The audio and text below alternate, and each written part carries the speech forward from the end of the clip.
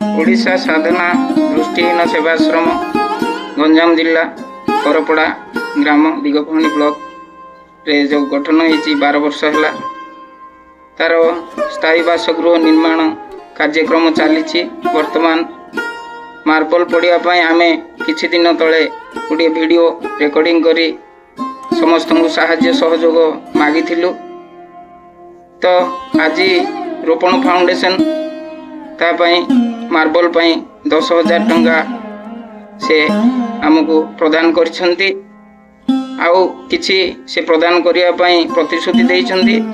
तो एभली कौनसी बदान्य व्यक्ति विशेष जदि थांती ताहले हमर एई अनुष्ठान को साहाय्य सहयोग हाथ बढ़े बोली हमर आशा आ विश्वास।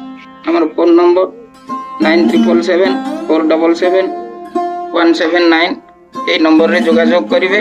आउ रोपण फाउंडेशन जो एते बड़ कार्यक्रम हाथ को नहीं प्रति मासरे आमको राशन पत्र 10-12 हजार टंकार आउ आज 10,000 टंका मार्बल सकाशे से प्रदान करछंती।